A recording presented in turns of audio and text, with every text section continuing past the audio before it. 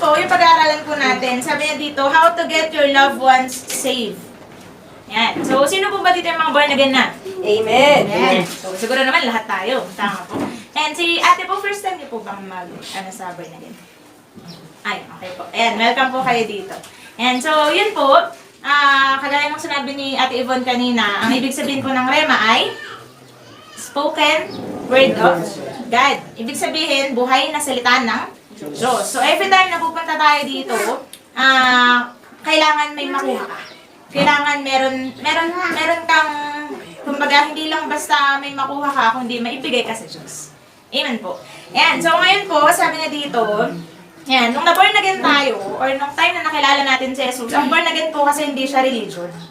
So, i-clear ko lang po sa inyo, hindi po ito isang religion. Ang born again po ay relasyon sa Panginoon.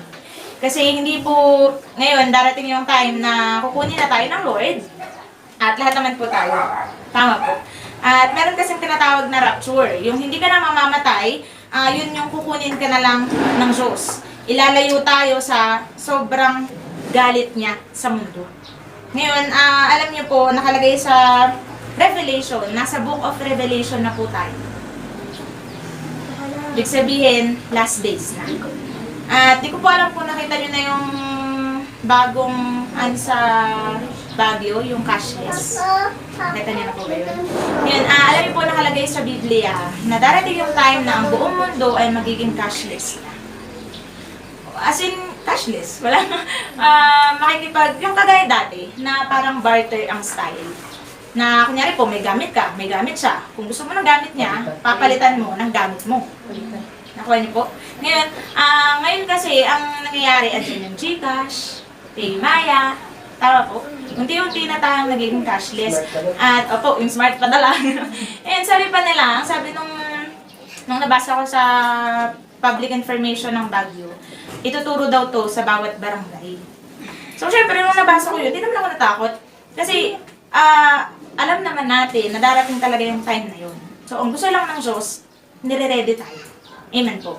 So, ngayon yung pag-aaralan po kasi natin, kailangan i-ready din natin yung family natin. So, nung time na na-born again tayo, nung time na nakakilala tayo kay Jesus, ulitin ko po, balik tayo dito, ang born again po, yung nabago na, yung buhay. Kasi, hindi ko naman po nilalahat, pero may mga relihiyon po kasi na, paano ba? Baka kasi ma-misinterpret nyo ako. Ewan ko po, nung time na hindi pa ako born again, kung ano yung gali ko noon, kahit na nagsisimba ako, ganun pa din.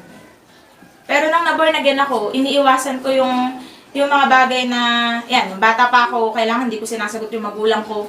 Kasi ang always sasabihin sa akin, yan ba yung born again? Yan ba yung nagsisimba? Yan ba yung palagi nagpe-pray? Sige, yan yun. Sasabihin sa akin. So, kailangan, hindi ako pwede sumagot. Nakuha niyo po, nababago. Amen. Ngayon, nung time na na-born again po ako, Summer Camp 2006. Bali na born again po talaga ako 2002. Buhay na ba kayo nun? Ayan. Siyempre, yung mga mamsi, alam mo naman yun, di ba? parang panahon pa ako ng dinosaur, Ngayon, nung time po na yun, 2002, na born again po ako. Siguro mga ano pa lang ako 9 or 10 years old, mga ganun. Siyempre, hindi pa seryoso yun. Tama po. Pero first camping po ako, 14 years old ako. First camp. Last day, ang sabi ng mga tao, dahil sobrang presensya ng Diyos, yung mga nakatenda ng camping, alam niyo yun, na yung sobrang, akala mo, andyan ang Lord sa tabi mo, yung tipong, yung pakiramdam mo, talagang niyakap ka ng Lord. Alam niyo po, ang sagot ng mga tao, Lord, dumating ka na, kunin mo na kami, mag-rapture na.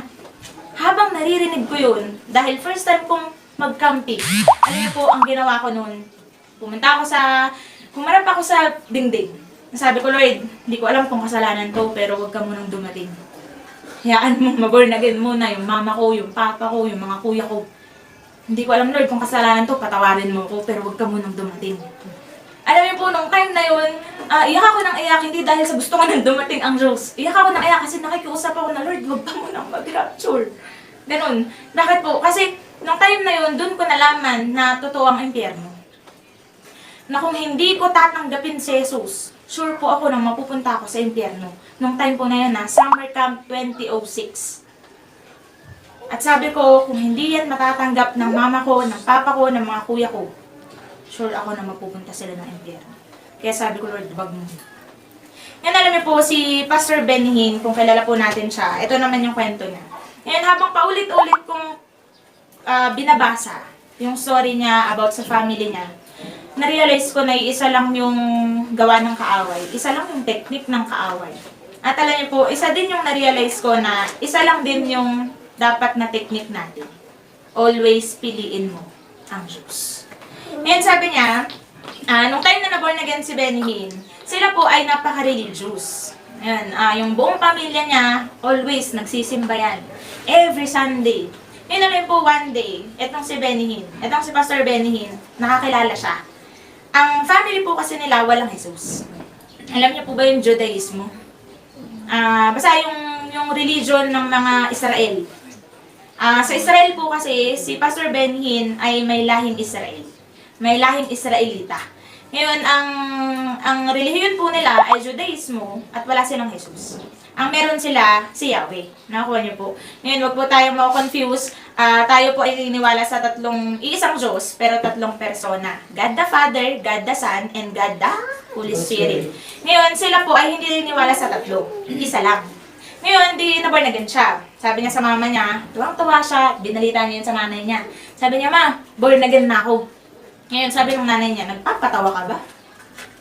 Born again naman talaga tayo. Christian naman talaga tayo. Anong sinasabi mo, born again ka na? Ganun daw yung sinasabi ng mama niya. Ngayon, sabi niya, hindi, iba to. Born again na ako ngayon. Kahapon lang. Gusto kong ipakilala sa'yo sa Jesus.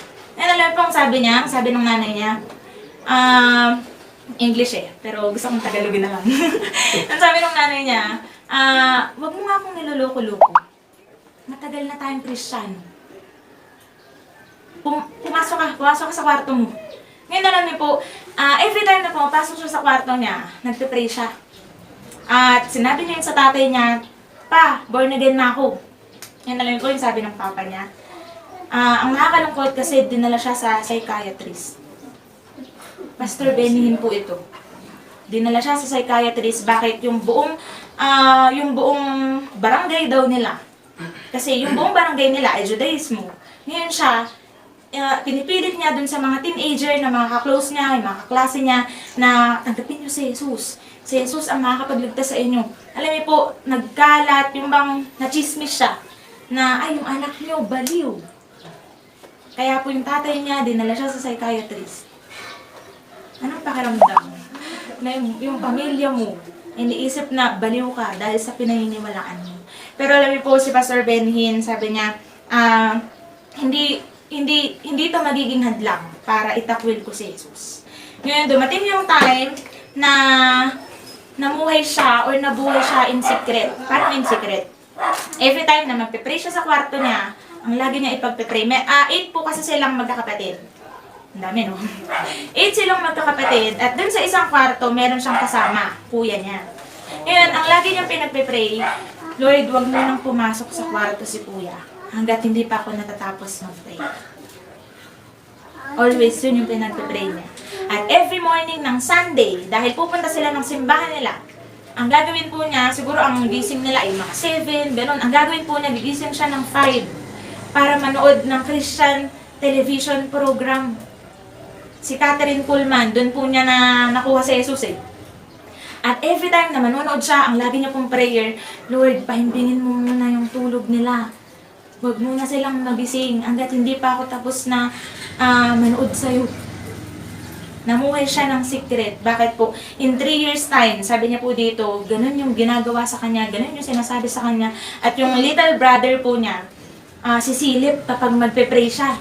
Tapos sasabihin, kapag nasa sala yung mga, syempre, siya yung nasa kwarto, lahat sila nasa sala.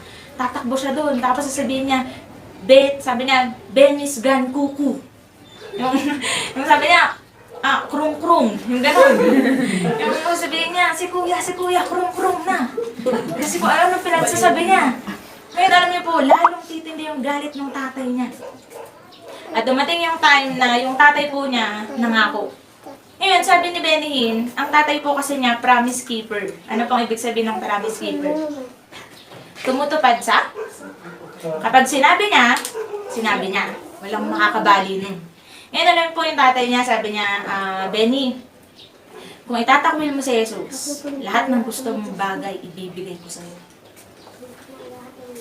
Ngayon alam po ang sabi ni Benin sa kanya, Dad, wala kang pwedeng maibigay sa akin na pwedeng makatapat kay Jesus. Alam niyo po, nasa kotse daw sila noon, takot na takot siya, nanginginig siya. Kasi yung tatay niya, yung mukha ng tatay niya na sinabi na ibibigay ko lahat sa'yo, yung sweet. Tapos nung sinabi niyang walang makakapantay kay Jesus, yung lisik daw nung mata ng tatay niya. Nung bata daw kasi siya, pag gano'n na daw kagalit yung tatay niya, ang ginagawa po niya, pumapasok siya dun sa ilalim ng kama, para hindi niya na makita. Pero nung time na yun, wala siyang kama na mapapasukan. Kasi nasa kotse sila. Ngayon, nanginginig daw siya nung sinabi niya yun. Pero alam niyo po, ang sabi niya, yung una na kailangan natin gawin para ma-born again yung mga kamag-anak natin, stand your ground. Parang stand your ground. Tayuan mo kung ano yung nakuha mo. Kung born again ka, mag-stick ka sa pagiging born again mo. Alam po, naalala ko dati, nung ito yung mga bago pa lang yung mga bagets, alam ko galit na galit yung mga nanay. Lalo na kapag Sunday, yung meron silang family bonding. Madalas po kasi, huwag po kayo magalit madalas po may mga bumababa sa inyo, may mga birthday, may mga ganito, may mga ganyang okasyon. Alam po, ang laging sinasabi sa mga bata, pwede kayong bumaba ng Monday to Saturday. Nag-i-honest po ako sa inyo mga mamshi. Pwede kang bumaba ng Monday to Saturday pero huwag niyong iiwan yung ministry niyo ng Sunday. Hindi ko alam na tumatak pala sa isip ng mga bata na ganun. Siyempre, pag bata pa lang, pag baguhan pa lang, kailangan i-push mo na eh. Kailangan sabihin mo na sa kanila kung ano talaga yung gagawin nila eh. Hindi pwedeng mag-babysit ka. Hindi. Ang sabi nga dito, ang Kristyano po, hindi nagre-raise ng mga babies. Nagre-raise yan ng mga army. At alam niyo po yung mga, itong mga to, may dumarating yung time na Sunday, pinapagalitan sila kasi hindi sila nakikipag-family bonding. Bakit? Kasi may simba. Ngayon sabi ko, syempre wala ka namang magagawa kundi tapikin mo lang. Okay lang yan. Kasi susunod, kasama mo din sila sa Sunday. At alam niyo po, nung time na yun, nung bata pa din ako, ganun kasi yung ginagawa ko eh. Galit na galit yung nanay at tatay ko. Meron pang time na kinuha po akong ninang. Ewan ko ba, bakit mga bata yung kinukuha? Kinuha po akong ninang, syempre Sunday yun. Ngayon sabi ko, hindi po pwede kasi magpapakanta po ako eh. Wow, singerist. Hindi po pwede kasi magpapakanta ako eh. Ngayon hindi nila alam yun, hindi nila maintindihan yun. Sorry po sa word, yung nanay at tatay ko sinusumpa yung born again. Kasi hindi ako napipigilan. Pag Sunday po, uwi ako ng bahay, hindi ako pinapansin. Ngayon, dahil sa, syempre, yung heart ko umiiyak, pero hindi naman ako pwedeng, hindi ako mamamansin. Ako po nung bata ako hanggang ngayon. Sweet po ako. Yung sweet po ako sa mama ko, sa papa ko, na pag di ako pinapansin, talagang nangungulit po ako. Ngayon, wala na silang magagawa, kundi pansinin na ako. Ngayon, alam niyo po, eto kailangan mag-stand tayo dun sa kung ano yung pinili mo. Sa kung ano yung nakuha mo. At si Pastor Benhin po, ulitin ko po, 3 years po siyang nag-struggle sa family niya. 2 years siyang hindi pinapansin ng papa niya. Yung parang invisible po siya. Ako, konting oras lang pero siya 2 years. Paano yun? Pag nagsasalita siya, hindi siya pinapansin. Para siyang hangin lang. Ganun yung struggle na kinaharap ni Pastor Benhin. Pero alam niyo po, at ito pa, dumating yung time na yung lola niya, yung grandmother niya, na galing daw sa kabilang dako ng mundo. Lumipad pa papunta sa bahay nila para i-convince siya na itakwil si Jesus. Hindi yan yung relihiyon natin. Pero alam niyo po, ang nakakatawa kasi kay Pastor Benhin, ang lagi niyang sinasabi, sabi niya po, there is nothing you can do to force me to forget about Jesus. Walang bagay na pwede kang gawin. Walang kahit na anong pwede kang gawin para mapilit mo ko na itakwil ko si Jesus. Ganun siya nag-stand sa faith niya. Ganun siya nag-stand na yung nakuha ko, kakaiba dun sa mga bagay na ibibigay mo sa akin. Nakuha po natin. At ito po, Yung pangalawa, sabi niya po dito sa Acts chapter 16, verse 31. So, ano po yung number 1? Yan, stand your ground. Ngayon, kung nakakilala ka, na born again ka, mag-stand ka, na born again ako. Para nang sa ganun, ma-born again din yung family po natin. At subok po ito kasi ginawa to ni Pastor Benhin, ginawa ko to. At kung yan, yung mga pastor po natin, hindi naman yan lahat since birth, born again. So, nag-struggle din sila at kung mapapakinggan po natin yung mga stories po nila, iisa lang din na tinayuan nila kung ano yung faith na nakuha nila. At nandiyan na po ba tayo sa Acts 16:31? Yan. So, yung pangalawa, sabi niya po dito, take authority. Yan. Ano naman po yung take authority? Yan. Basahin ko na lang po sa inyo. Sabi niya po sa verse 31 ng chapter 16 ng mga gawa. Sumagot sila, sumampalataya ka sa Panginoong Hesus at maliligtas ka at ang iyong pamilya. Ayan. So, ito po ay pangako ng Panginoon. Kailangan yung authority na to, kailangan kunin natin. At nung time na si Benhin po, si Pastor Benhin, nabasa niya yung Word of God, yung pangako na to, mas lalong lumakas yung loob niya na ipaglaban kung ano yung sinasabi ng Diyos. Kagaya po kanina, nung sinabi ni Ate Aileen, na hindi tayo bibiguin ng Diyos. Tama po. Akala mo yung mga bagay na to, pag binigay mo sa Panginoon, wala ka na. Mawawalan ka. Hindi po. Kasi anything na ibibigay natin sa Diyos, ibabalik po niya yan 10 times pa. Nakuha po natin. Ngayon, ang gusto ng Lord dito, take authority. Dahil Kristiyano ka, dahil born again ka, ang always mong sasabihin, ako at ang buo kong pamilya ay ligtas na. Alam niyo po, dati, lagi akong, hindi ko alam kung nabanggit ko na ito minsan, na every time natatanungin ako, bakit yung pamilya mo ba, born again ha? Born again ka? Ganun po, lagi ko sinasabi, opo, born again na yung papa ko, yung mama ko, yung mga kuya ko, yung mga asawa nila, yung mga magiging anak nila, born again na. Ganun yung lagi kong sinasabi, pero kung isi-check po yung background ko, hindi sila born again. Ako lang. Ano yun? Sinungaling ako? Hindi, nag-faith ako. Kasi kung ano yung lalabas sa bibig ko, yun yung mangyayari. At kung sasabihin ko na, ay, hindi pa nga mukhang matagal pa matatagalan talaga. Tama po. Pero alam niyo po, glory to God, syempre, sa Diyos lahat ng papuri. Nung time na yun, tinakwil ako ng mama at papa ko. Dahil nag-born again ako. Pero, syempre, madali lang akong itakwil kasi wala talaga ako sa bahay. Worker po ako nun. At madalas ko nga sinasabi sa inyo, ang nakaano sa loob ko nun, yung pampalubag loob. Sabi nila, wala na akong anak na Irish. Sabi ko, hindi ko yung pangalan, Iris lang ako. Hindi ako yun. So may anak pa din silang Iris. Wala talaga silang anak na Irish. Nakuha niyo po? Every time sasabihin ko yun, hindi, anak pa din ako ng mama at papa ko, wala silang magagawa.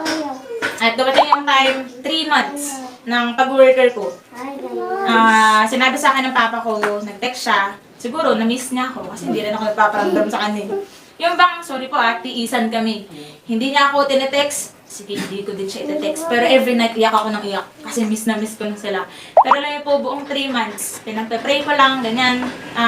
Yun, ite-take mo yung authority mo na Lord, sinabi mo sa pangako mo na kung ako born again, hindi mo hahayaan na mapahamak yung pamilya. Ngayon na lang po, binanggit niyon, tinext ako ng papa ko, sabi niya, okay, susuportahan ka namin kung ano yung gusto mo. At nung Sunday na yun, nagsimba siya. Ngayon, ito kasi, kailangan yung una, stand your ground. Hindi porket, hindi ka na pinapayagan. Hindi kasi ako pinayagan ng mama ko Dito na lang daw ako. Every Sunday, yan na din yung magiging reason ni Satanas para hindi ka makasimba. Nakuha po natin. Pero kung ipipilit natin, ang Diyos ang kakampi mo dyan. Ulitin ko po, kung Sunday, hindi kami pinapayagan ng mga magulang nyo.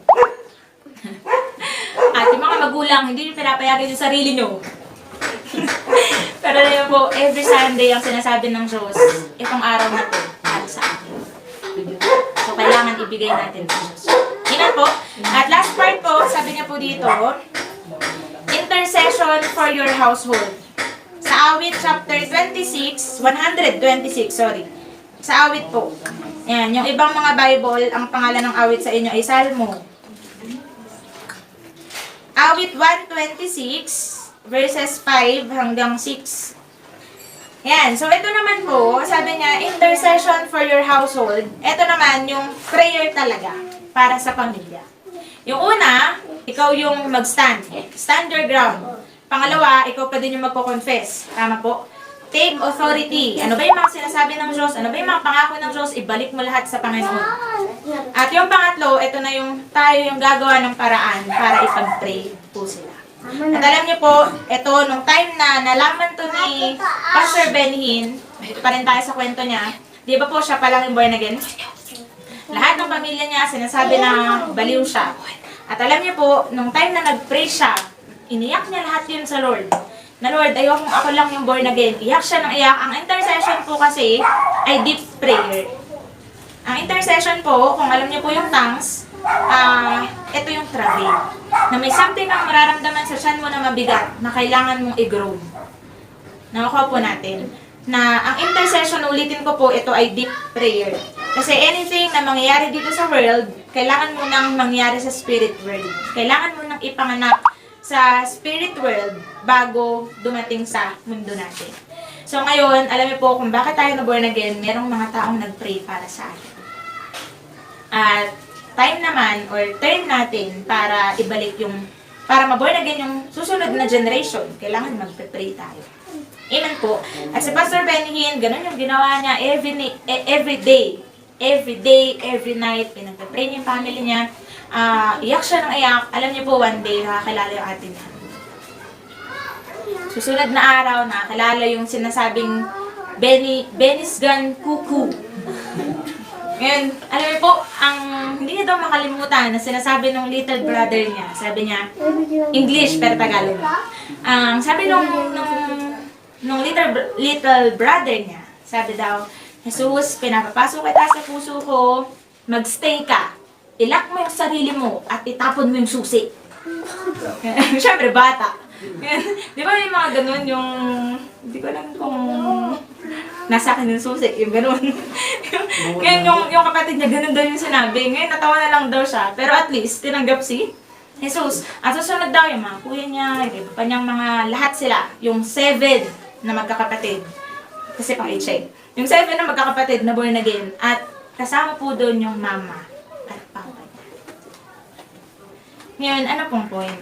Yan kasi, ito nag-struggle siya at sa 3 years na yun, sulit naman. Tama po. Sa every night na pagpe-pray niya, pag-iyak niya, sulit naman. Bakit? Kasi nakuha niya sa Panginoon yung mama at papa niya. Yung sinasabing baliw siya. Yung dinala siya sa psychiatrist.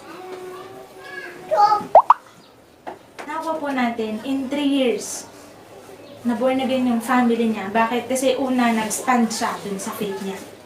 Hindi siya na-shake. Alam niyo po, gaano kahirap na sa loob ng 3 years hindi ka pinapansin ng pamilya mo, iisang bahay lang kayo. Gaano kahirap yun. At sinasabi niya yung kwento niya, ang tanging nagpapaboost na lang daw ng heart niya yung love ni Jesus. Na kung hindi siya magpe-pray, parang yung feeling na magpakamatay na lang kaya ako. Kasi wala nang pumapansin sa akin. Kahit yung mga schoolmates ko, nilalayuan ako kasi ang tingin sa akin, baliw ako kasi may Jesus ako. Di ba po, kung iisipin po natin yun sa realidad ng buhay, itatakwil ko na lang si Jesus. Para marami akong kasama. Marami pumapansin sa akin. Nakuha niyo po, pero hindi. Una, nag-stand siya dun sa faith niya. Pangalawa, tinake niya yung authority na binigay sa kanya ng Diyos na dahil sa'yo, maliligtas ang buong pamilya. At pangatlo, wag po natin kakalimutan, sabi niya po dito, kailangan nag-intercede tayo. Kailangan nagpe-pray tayo. Hindi lang siya basta prayer na, Lord, salamat dahil born again ng mga pamilya ko. Hindi, iiyak po natin yan. Every day, every night, iiyak po natin yan. At ako po personally, naranasan ko po yun. Na sabi ko nga sa inyo, tinakwil ako. Pero every day, every night, kailangan ipag-pray mo yung pamilya mo. Kasi ulitin ko po, totoo ang impyerno. Dalawa lang yung patutungan ng tao once na mawala siya dito sa mundo. May langit po na dapat puntahan at may impyerno naman na dapat po nating iwasan. Kung tayo po ay ligtas na, maging concern tayo sa pamilya natin, dapat sila din. ligtas na. Amen po. So, tayo na po tayong lahat. At minsan pa, mag-worship lang po tayo. And so, nalimutan ko pang sabihin yung isang mahalagang part. Sabi niya po dito,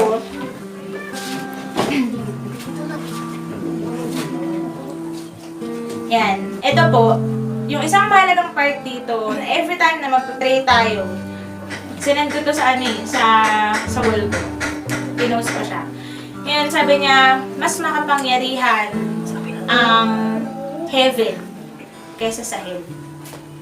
Na every time daw na magpe-pray ang mga Kristiyano, ang gagawin ng Diyos, uutusan niya si Satanas. Sasabihin niya, pakawalan mo yung taong pinagpe-pray ng anak ko. At alam niyo po, walang magagawa si Satanas kundi sumunod sa Diyos. Kaya nabuborn again kasi nagpe-pray ka. At yung prayer natin kapag nakaabot na sa Diyos, ang gagawin niya, uutusan niya si Satanas para sabihin niya, pakawalan mo yung pinagpe-pray ng anak ko. At magugulat ka na lang yung pinagpe-pray mo, born again ka. Kasi every time na magpe-pray tayo, yung power ni Satanas na de-destroy. Every time na magpe-pray ang mga anak ng Diyos, walang kayang gawin si Satanas sa'yo at sa buong pamilya. So, wag po tayo magpa-petics-petics, magpa-relax-relax dahil born again ka na, hindi. Kailangan mas mag-double time tayo kasi malapit na siyang ulan. At ang ipe-present natin sa Diyos, Lord, ito yung mga ginawa ko. Nadala ko yung buong pamilya ko sa'yo. Okay yung ministry ko. Nagagampanan ko, Lord. Dapat meron tayong sasabihin sa Kanya pagharap natin. So, hindi ko po tinatakot yung bawat isa sa atin, pero malapit na po siyang dumating. At maganda po na maging ready tayo.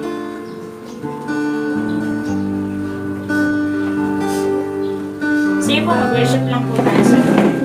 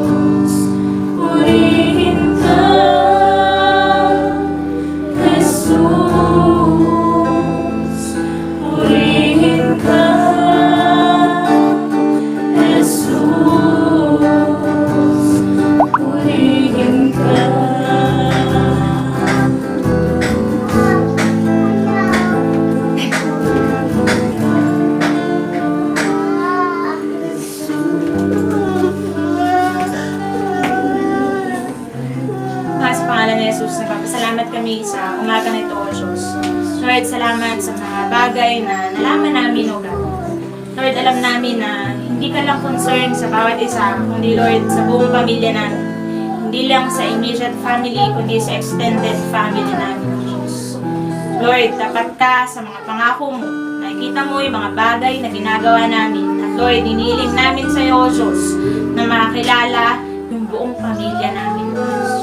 Hayaan mo na sa pagbabalik mo, Lord, may present namin na buong pamilya kami